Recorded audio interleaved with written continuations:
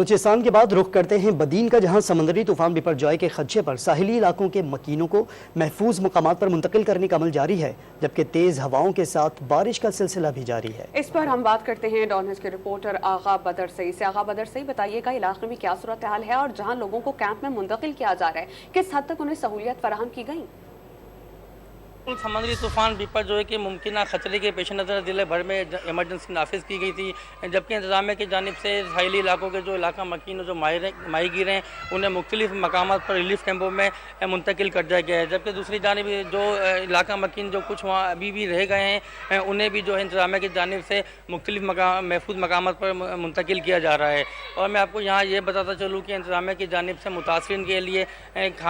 کھانا اور پینے کا صاف پانی اور میڈیکل کی سہولت بھی دی جا رہی ہے۔ میں اس وقت موجود ہوئے کیمپ میں، جہاں جب میری یہاں کے متاثرین سے بات ہوئی تو ان کا یہی کہنا تھا کہ انتظامیہ کی جانب سے ہمیں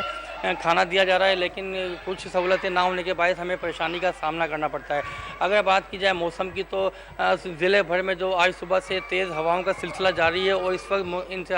موسم جو انتہائی خوشگوار ہے، جبکہ بادل آتے ہیں، برستے ہیں اور چلے جاتے ہیں، اور اس وقت بھی تاحال جو تیز ہواؤں کا اور کہیں ہلکی اور کہیں تیز بارش کا سلسلہ جاری ہے۔